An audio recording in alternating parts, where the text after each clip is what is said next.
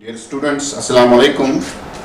आज हमारा political science का टॉपिक है यूनिट नंबर 3 से US hegemony in world politics.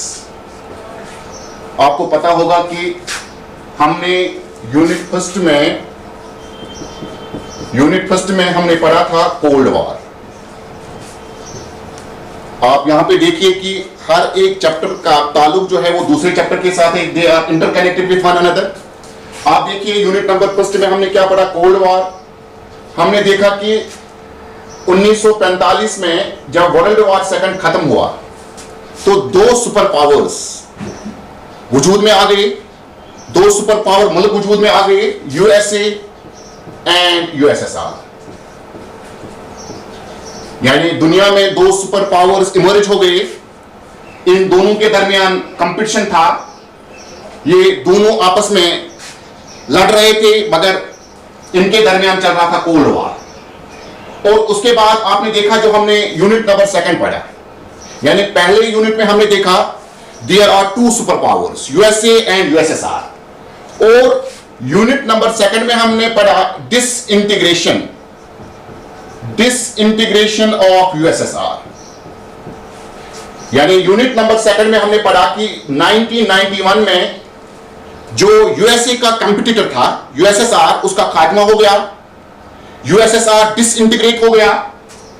USSR के साथ जो 15 रिपब्लिक्स जुड़े हुए थे वो सारे के सारे अलग हो गए, यानी यूएसएसआर का वजूद दुनिया में खत्म हो गया। तो इसका मतलब है अगर हमारे पास थे दो सुपर पावर्स, यानी दुनिया में दो सुपर पावर्स थे यूएसए एंड यूएसएसआर, ये हमें चैप्टर नंबर 1 ने बताया। और चैप्टर नंबर 2 में हमने क्या देखा कि एक सुपर पावर खत्म होता है जिसका नाम है यूएसएसआर। और अब आप देखिए जो हमारा चैप्टर नंबर 3 है, यानी यूनिट नंबर 3, यह है US hegemony in world politics. यानी पहले दो थे यूएसए एंड यूएसएसआर, अब हमारे बीच यूएसएसआर नहीं है, अब दुनिया में एक ही सुपर पावर बचा जिसका नाम है यूएसए। तो 1991 के बाद एक ही सुपर पावर रहा जिस सुपर पावर का नाम है यूएसए। और यूएसए हेजेमोनी, यानी हेजेमोनी का मतलब है एक्स्ट्रा डोमिनेंस। हम इसको कह सकते हैं US dominance in world politics. लेकिन जब आप हेजेमोनी की बात करेंगे, हेजेमोनी का मतलब है एक्स्ट्रा डोमिनेंस। यानी आजकल यूएसए जो है पूरी दुनिया में एक हेजेमोन की तरह पेश आता है। यानी हेजेमोनी का मतलब अगर हम कहेंगे दादागिरी। यानी यूएसए इस वक्त पूरी दुनिया में दादागिरी दिखा रहा है। क्यों दिखा रहा है? क्योंकि उसका हक बनता है, क्योंकि पहले उसका एक ही कंपटीटर था, वो था यूएसएसआर। अब 91 के बाद जब वो ही नहीं रहा तो ये अकेला दुनिया का मालिक बना। तो हम यूएसए को कैसे कहेंगे कि ये दुनिया में दिखा रहा है एक्स्ट्रा डोमिनेंस? यानी इसका मतलब है जब तक ना यूएसए के पास पावर है, यानी दादागिरी वही दिखा सकता है, डोमिनेंस वही दिखा सकता है जिसके पास पावर होगा। यानी इसका मतलब है इस चैप्टर से साफ पता चलता है कि यूएसए के पास बहुत सारे पावर्स हैं जिसकी वजह से वो इस वक्त पूरी दुनिया में डोमिनेंस दिखा रहा है। अब हम यूएसए हेजेमोनी को बयान करने के लिए हम ये देखेंगे कि यूएसए के पास ऐसा कौन सा पावर है जिससे वो इस वक्त पूरी दुनिया पे राज कर रहा है। हम सारे पावर्स तो बयान नहीं कर सकते हैं, हम पावर्स को कैटेगराइज करेंगे 3 हिस्सों में। यानी 3 पावर्स के जरिए हमें यह पता चलेगा कि यूएसए क्यों एक्स्ट्रा डोमिनेंट बन चुका है, यूएसए क्यों हेजेमोन बन चुका है। क्योंकि यूएसए के पास है 3 किस्मों के पावर्स। ये 3 किस्मों के पावर्स क्या है? Number 1 hard power, number 2 structural power, number 3 soft power. और ये बोर्ड एग्जामिनेशन के लिए, चाहे जेके बोर्ड का एग्जाम हो, सीबीएसई का एग्जाम हो, ये मोस्ट इंपॉर्टेंट क्वेश्चन है एग्जामिनेशन के लिए। क्योंकि या तो आपको क्वेश्चन ये तीनों पावर्स एक साथ आएंगे तो 6 मार्क्स का क्वेश्चन होगा, या तो 3 में से एक पावर आपको बयान करना होगा तो उसमें 4 मार्क्स होते हैं। यानी हमें इन 3 पावर्स को अलग अलग से पढ़ना है। सबसे पहले हम पढ़ेंगे what is meant by hard power of US, यानी यूएस का हार्ड पावर आखिर है क्या। अगर हम यहां पे हार्ड का लफ्जी माने निकालेंगे तो हार्ड को हम बोलते हैं सख्त, तो इसका हरगिज ये मतलब नहीं कि यूएसए के पास बहुत सारा आयरन निकलता है या कॉपर निकलता है जिसके हम उसको कहते हैं हार्ड पावर। यहां पे हम सिंपल वे में ये कहेंगे hard power of US deals with military power of US, यानी why US is dominant in the world because US has hard power. And what does hard power of US mean? Hard power of US simply means military power of US, यानी America की military जो है वो दुनिया में शुमार की जाती है नंबर 1। यानी रैंकिंग के हिसाब से अगर हम देखेंगे कि अमेरिका यानी यूएसए की मिलिट्री का मुकाम जो है वो पहले दर्जे पे है। हमने यूएसए को नंबर 1 का खिताब क्यों दिया? क्यों हम ये कहते हैं कि US is number 1 in terms of military power? क्योंकि यूएसए में एक कैपेबिलिटी है कि ये किसी भी मुल्क के ऊपर अटैक कर सकते हैं। यानी यूएस में इतना दम है, यूएस के पास इतना पावर है कि वो किसी भी मुल्क के ऊपर अटैक कर सकता है। और इतना ही नहीं, इसमें सिर्फ ये ताकत नहीं है कि ये सिर्फ अटैक कर सकता है, बल्कि इसमें ये ताकत भी है कि अगर कोई और मुल्क इस पे अटैक करेगा ये अपने आप को डिफेंड कर सकता है। यानी अटैकिंग पावर भी है यूएस के पास और डिफेंस पावर भी है यूएस के पास। यानी अमेरिका की मिलिट्री नंबर 1 है और यही मिलिट्री पावर डिनोट करता है हार्ड पावर ऑफ यूएस। अब हम ये देखेंगे कि अमेरिका की मिलिट्री कैसे नंबर 1 बनी।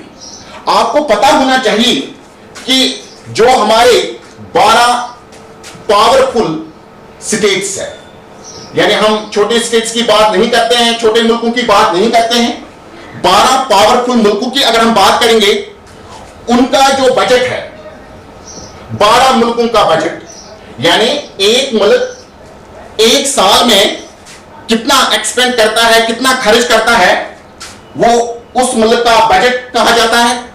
तो यहां पे मैं आपसे कहता हूं कि अगर हम 12 मुल्कों के बजट को कंबाइन करेंगे, यानी ये मैं छोटे मुल्कों की बात नहीं कर रहा हूं, मैं 12 पावरफुल मुल्कों की बात कर रहा हूं कि अगर हम 12 पावरफुल मुल्कों को की बजट को एक साथ लेंगे, that is equal to military budget of US.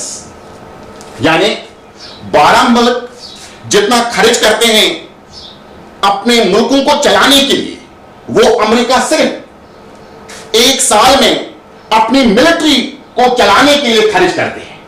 यानी अमेरिका बहुत सारा पैसा खर्च करता है मिलिट्री के ऊपर, उनको ताकतवर बनाने के लिए, उनको अच्छे अच्छे वेपन्स देने के लिए, उनको सबसे ज्यादा ट्रेन करने के लिए अमेरिका बहुत सारा पैसा खर्च करता है।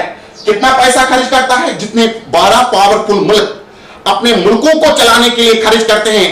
जब हम 12 मुल्कों की इकोनॉमी को कंबाइन करेंगे एक साल की इकोनॉमी को, तो that is equal to military budget of US.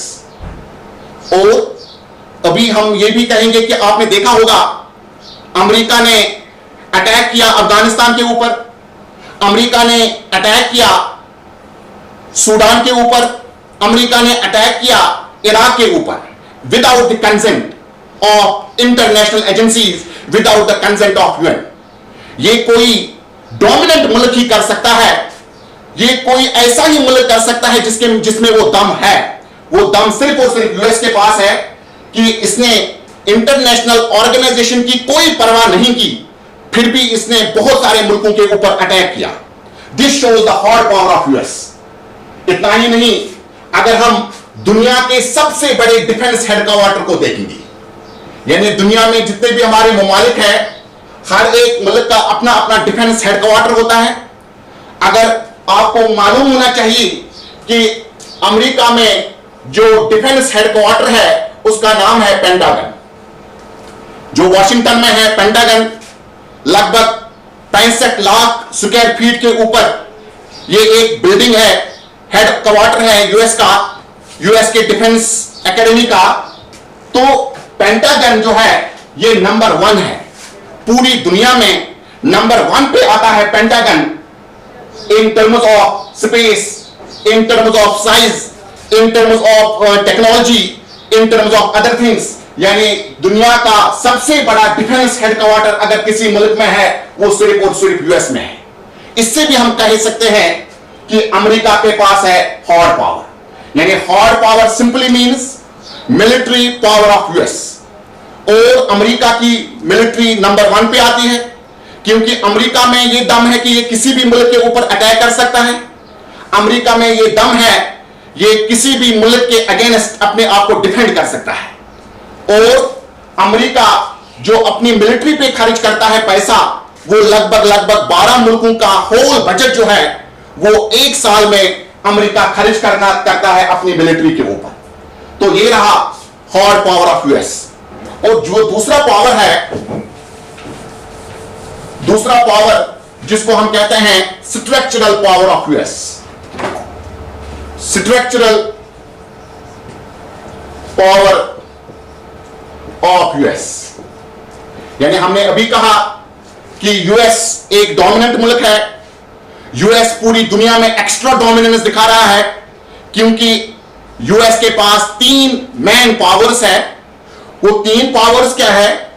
एक है हॉट पावर जिसको हमने अभी नाम दिया मिलिट्री पावर ऑफ यूएस, और अब हम जो दूसरी कैटेगरी पढ़ने जा रहे हैं इसका नाम है स्ट्रक्चरल पावर ऑफ यूएस। तो सिंपल वर्ड्स में अगर हम कहेंगे what does structural power of US mean, it means economic power of US. Economic power of US यानी अमेरिका सिर्फ डोमिनेंट इसलिए नहीं है कि उसकी मिलिट्री स्ट्रांग है, अमेरिका इसलिए भी डोमिनेंट है क्योंकि इकोनॉमी के हिसाब से भी अमेरिका बहुत आगे चल रहा है। और न सिर्फ इकोनॉमी के लिहाज से बल्कि दुनिया में जितना भी इस वक्त इंफ्रास्ट्रक्चर बना हुआ है वो डायरेक्टली और इनडायरेक्टली अमेरिका के ही नक्श कदम पे हम चलते हैं। यानी अमेरिका ने हमें सिखाया है बहुत सारी चीजों को अपनाने के लिए। बहुत सारी चीजें जो हम इस वक्त अपने मुल्कों में अपनाते हैं वो दरअसल हमने नकल की हुई है अमेरिका से। तो यहां पे हम कहेंगे what does structural power of US mean? Structural power of US means economic power of US, it also means infrastructural power of US. तो इसको हम कैसे बयान करेंगे? कैसे इकोनॉमी में भी अमेरिका नंबर 1 है, अभी हमने कहा मिलिट्री में अमेरिका नंबर 1 है, तो अब हमें कहना है इकोनॉमी में भी अमेरिका नंबर 1 है। कैसे? आप देखिए कि अमेरिका में जो निजाम चलता है, यानी अमेरिका में जो सिस्टम, इकोनॉमिक सिस्टम चलता है, उस सिस्टम का नाम है ब्रेटन वुड्स सिस्टम। यानी 1944 में जो अमेरिका में एक कॉन्फ्रेंस हुई थी जिसका नाम है ब्रेटन वुड्स कॉन्फ्रेंस, ये इकोनॉमिक्स का एक अलग मौजू है ब्रेटन वुड्स कॉन्फ्रेंस।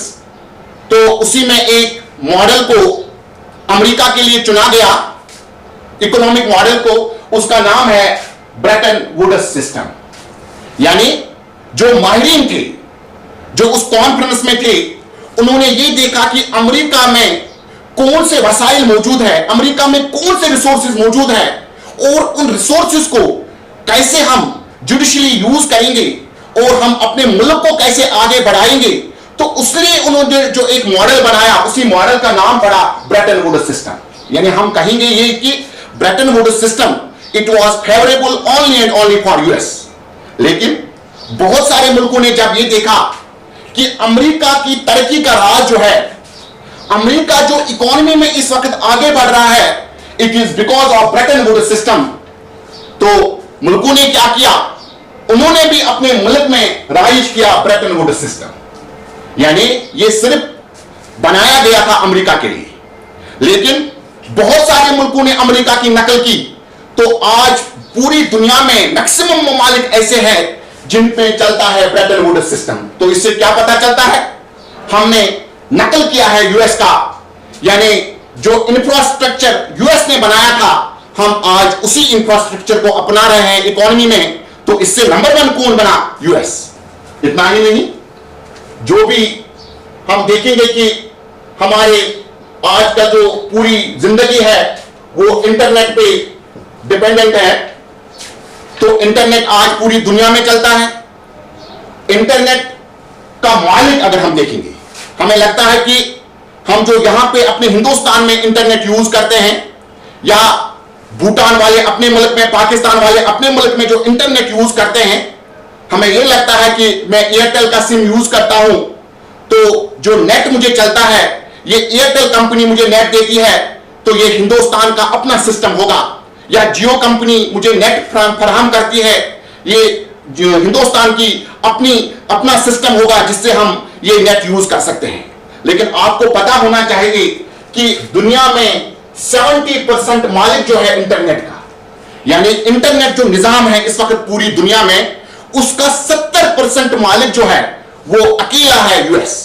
यानी यूएस की सैटेलाइट्स को हम यूज करते हैं, यूएस की टेक्नोलॉजी को हम यूज करते हैं, तब जाके हमारे मुल्कों में जो ये इंटरनेट का निजाम है वो आसानी से चलता है।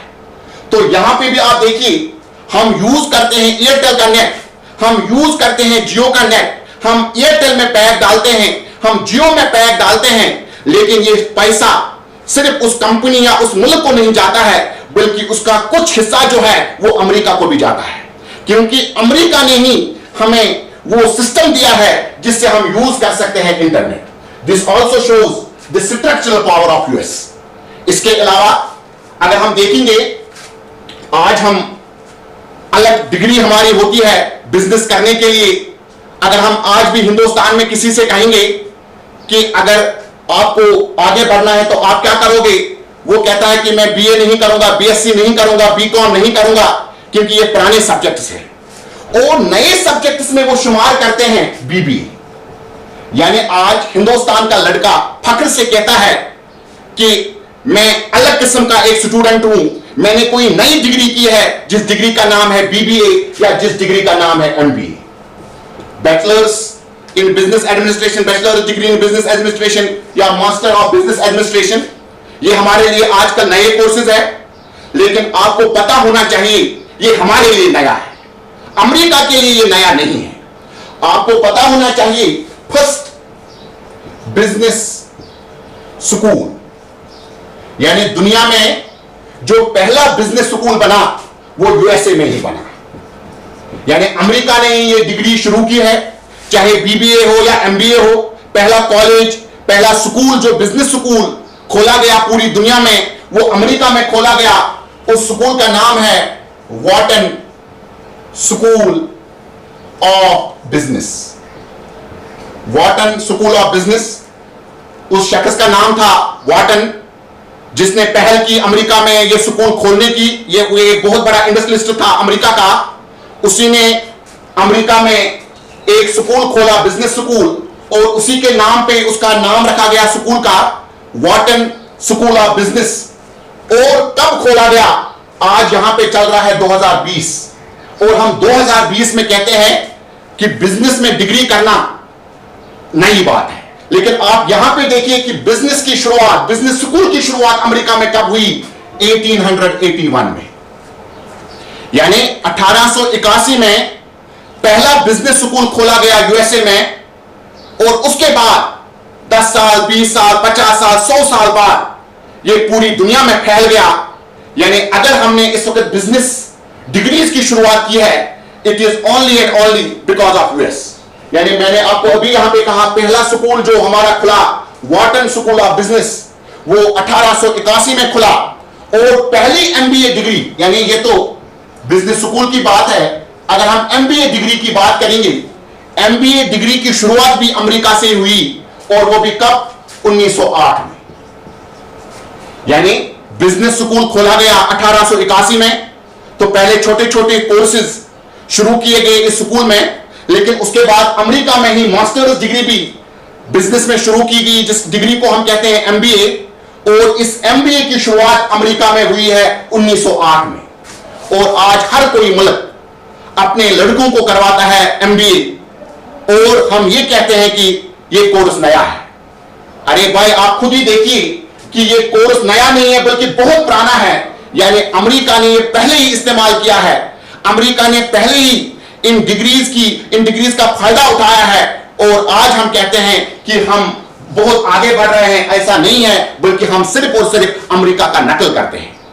यानी अगर आप देखिए, ट्रेड में भी इस वक्त अमेरिका नंबर 1 है, इकोनॉमी में इस वक्त अमेरिका बहुत आगे बढ़ रहा है, एक्सपोर्ट जो करता है सबसे ज्यादा चीजें इस वक्त, ग्लोबल पब्लिक गुड्स जो इस वक्त सबसे ज्यादा एक्सपोर्ट होता है वो अमेरिका से ही एक्सपोर्ट होता है, जिसकी वजह से अमेरिका इकोनॉमी में नंबर 1 बन चुका है। यानी hard power of US means military power of US, military में अमेरिका बहुत आगे है, and structural power of US means economic power of US.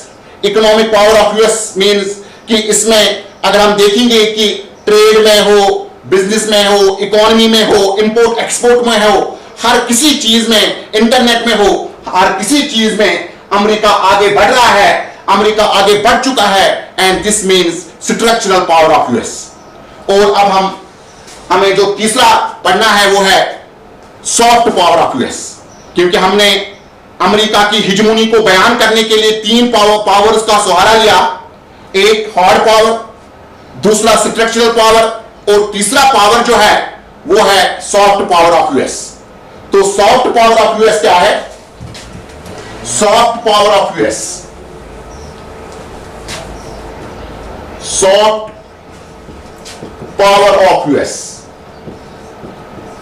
यानी ये पहली पावर का अपोजिट है। पहला पावर जो था वो था हार्ड पावर, और अब जो लास्ट वाला है वो है सॉफ्ट पावर। बीच में हमने पढ़ा स्ट्रक्चरल पावर। ये हार्ड और सॉफ्ट, सख्त और नरम की बात नहीं है। हार्ड पावर में हमने देखा कि अमेरिका अपनी मिलिट्री के बलबूते से, अपनी मिलिट्री पावर को यूज करके किसी भी मुल्क के ऊपर वो राज कर सकता है। यानी हमने कहा अमेरिका के पास सलाहियत है, अमेरिका के पास पावर है कि वो किसी भी मुल्क को अपना गुलाम बना सकते हैं by virtue of its military. लेकिन अमेरिका हमेशा मिलिट्री का इस्तेमाल नहीं करता है मुल्कों को अपने वश में करने के लिए, मुल्कों को अपना गुलाम बनाने के लिए। अमेरिका सिर्फ मिलिट्री का इस्तेमाल नहीं करता है, बल्कि अमेरिका एक और पावर इस्तेमाल करता है जिस पावर का नाम है soft power. And what does soft power of US mean? It means brain power of US. यानी जहां पे अमेरिका को लगता है कि ये मुल्क वहां से दादागिरी दिखाता है, ये मुल्क मेरा नहीं मानता है, तब जाके वो उस मुल्क के ऊपर अटैक करता है। आपने देखा होगा कि इराक के ऊपर अमेरिका ने हमला किया। हमला करने की एक ही वजह थी, वो ये था कि अमेरिका, वो जो इराक का प्रेसिडेंट था, सदर था, वो सदाम हुसैन जो था, वो अमेरिका की दादागिरी, अमेरिका की डोमिनेंस को नहीं मानता था, जिसकी वजह से अमेरिका ने उसके ऊपर हमला किया। इसी तरह से अमेरिका ने अफगानिस्तान पे हमला किया। क्यों किया? क्योंकि जो अफगानिस्तान में तालिबान की हुकूमत थी वो अमेरिका के अंडर काम नहीं कर रही थी, जिसकी वजह से अमेरिका ने उसके ऊपर अटैक किया। यानी हार्ड पावर का इस्तेमाल करके दुनिया के मुल्कों को, बहुत सारे मुल्कों को अपने वश में किया। लेकिन जहां पे अमेरिका को लगता है कि मुझे यहां पे मिलिट्री पावर का इस्तेमाल नहीं करना है, वहां पे अमेरिका अपना दिमाग चलाता है। यानी अमेरिका के दिमाग में चापलूसी कूट कूट के भरी हुई है। अमेरिका को पता है कि मुझे कहां पे कैसे इस दिमाग का इस्तेमाल करना है और पूरी दुनिया को अपना गुलाम बनाना है। यानी soft power of US means brain power of US. अब हम इस ब्रेन पावर को कैसे एग्जांपल्स के जरिए समझाएंगे। आप देखिए कि अगर मैं यहां पे अपने कश्मीर की बात करूंगा तो कश्मीर में पहले जब हमारे घर में मेहमान आते थे, धूप में, गर्मी में, तो सबसे पहले हम उस मेहमान को लेमन वाटर देते थे, जिसकी वजह से उसकी गर्मी चली जाती थी उसको एनर्जी मिलती थी और उसको भी लगता था कि मुझे यहां पे इज्जत अफजाई हुई क्योंकि मुझे यहां पे लेमन वाटर मिला। लेकिन आज की इस डेट में अगर आपके घर में मेहमान आएगा और उसके बाद आप उसको लेमन वाटर का गिलास प्रोवाइड करोगे, मुझे लगता है वो मेहमान आपके घर कभी नहीं आएगा। क्योंकि आज के इस दौर में मेहमान को लेमन वाटर देना, उसको यह लगता है कि मुझे इस घर में इज्जत नहीं मिला। तो आज इज्जत अफजाई की बात क्या है? आज इज्जत अफजाई की बात जो है वो है पेप्सी, वो है ड्यू, वो है कोका कोला या कोई भी सॉफ्ट ड्रिंक। आज हमारे घर में जब भी कोई मेहमान आता है तो आज हम उसको प्रोवाइड करते हैं पेप्सी का गिलास, ड्यू का गिलास या किसी और सॉफ्ट ड्रिंक का गिलास, जिससे उसको लगता है कि मुझे बहुत ज्यादा इज्जत अफजाई हुई। आज हर घर में, मैं सिर्फ कश्मीर की बात नहीं करता हूं, मैं सिर्फ हिंदुस्तान की बात नहीं करता हूं, मैं पूरी दुनिया की बात करता हूं। पूरी दुनिया में इस वक्त पेप्सी कल्चर आम हो चुका है। यानी हर मुल्क में इस वक्त लोग पेप्सी पीते हैं और पेप्सी के साथ साथ वो लेते हैं लेज, वो लेते हैं कुरकुरे या कोई और चिप्स, जो हमारा आज फैशन बन चुका है। हम पेप्सी पीते हैं, पेप्सी के साथ लेज खाते हैं, जो हमें इज्जत अफजाई की बात हमें लगती है। लेकिन हमने कभी ये नहीं सोचा, हम पेप्सी गिलास पीते पीते कहते हैं अमेरिका मुर्दाबाद। हम पेप्सी गिलास पीते पीते ये कहते हैं कि हम अमेरिका के गुलाम नहीं हैं। अरे पेप्सी पीने वाले, पहले ये तो देखिए ये पेप्सी आई तो आई कहां से? अरे ये पेप्सी अमेरिका ने हमें भेजी है यहां पे और हम अमेरिका का ही ये ड्रिंक यहां पे इस्तेमाल करते हैं और हम इसके आदी बन चुके हैं। अगर हम डायरेक्टली अमेरिका के गुलाम नहीं हैं, लेकिन इनडायरेक्टली हम अमेरिका के गुलाम बन चुके हैं। हम अपनी पूरी इकोनॉमी जो है वो अमेरिका के हवाले करते हैं। यानी Pepsi culture, it is not the culture of India, it is the culture of US और हम इसको अडॉप्ट कर रहे हैं। लेज कल्चर हम इसको अडॉप्ट कर रहे हैं अपने घरों में, ये भी कल्चर है किसका? यूएस का। इसी तरह से जीनस कल्चर, अभी मैं कह रहा था हिंदुस्तान, ये अमेरिका मुर्दाबाद हम करते हैं। पेप्सी का गिलास पीते पीते, पेप्सी ड्रिंक पीते पीते हम कहते हैं अमेरिका मुर्दाबाद, और कभी कभार जीन्स पैंट पहनते हुए भी हम कहते हैं अमेरिका मुर्दाबाद और हम ये कहते हैं हम अमेरिका के गुलाम नहीं हैं। अरे भाई ये तो देखिए, ये जीनस कल्चर जो एक आम कल्चर बन चुका है इस वक्त पूरी दुनिया में, ये आखिरकार ये कल्चर किनका है? ये भी यूएस कल्चर है। यानी जीन्स जो तो हम पहनते हैं ये असल में कल्चर है यूएस का, और यूएस ने पूरी दुनिया को आदी बनाया है इस जीन्स का। आज पूरी दुनिया में जीन्स का इस्तेमाल होता है, तो हम कहते हैं कि हम अमेरिका के गुलाम नहीं हैं। पेप्सी पीते हैं लेकिन हम अमेरिका के गुलाम नहीं हैं, लेज खाते हैं लेकिन हम अमेरिका के गुलाम नहीं हैं, और जीन्स पहनते हैं हम अमेरिका के गुलाम नहीं हैं। इतना ही नहीं, आज हम अपने घरों में ही नजर डालेंगे। आज हमारे घरों में जब बच्चे पैदा होते हैं, पहले बच्चों को करवाया जाता था कश्मीरी, फख्र से हम कहते थे कि मादरी जबान हमारे बच्चे ने सीखा। उसके बाद कुछ वक्त गुजरा तो हमने अपने बच्चों को उर्दू सिखाना शुरू किया, और हम ये कहते हैं कि बच्चे को उर्दू सीखना है, कश्मीरी। हमें आज डिस्करेज होता है कि अगर हमारे घरों में हमारे बच्चे कश्मीरी करते हैं, लेकिन अब कश्मीरी का जमाना भी गया, उर्दू का जमाना भी गया। आज हम अपने बच्चों को, अभी वो पैदा ही नहीं हुए होते हैं, अभी वो सिर्फ 2 दिन के होते हैं, तो हम उनको सिखाना चाहते हैं इंग्लिश।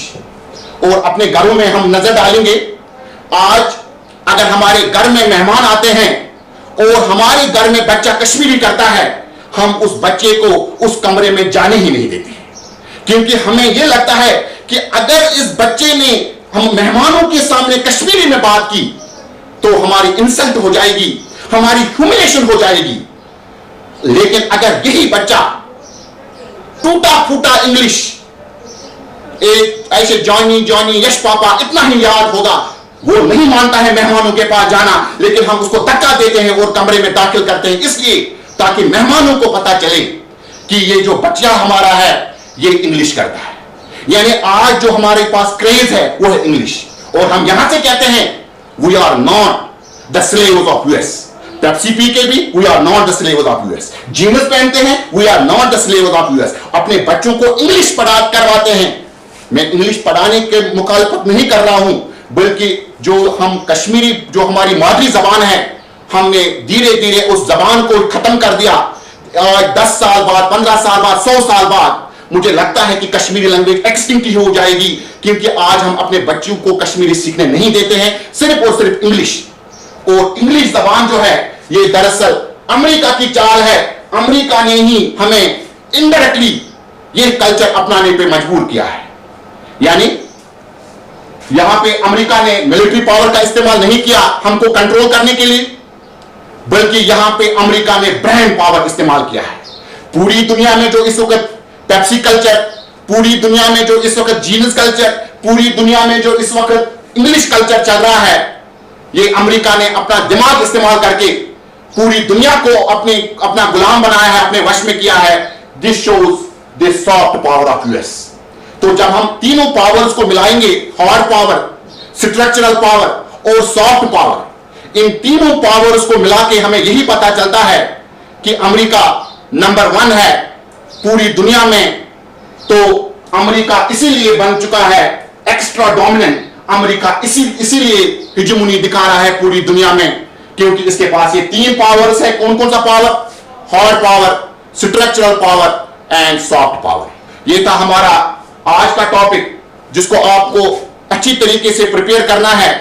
तो ये था US dominance in world politics, और आज हमने 3 पावर्स पढ़े, hard power, soft power and structural power. इंशाल्लाह हम अगले वीडियो में अमेरिका के मुतालिक बहुत सारी चीजें पढ़ेंगे। तब तक के लिए अस्सलाम वालेकुम।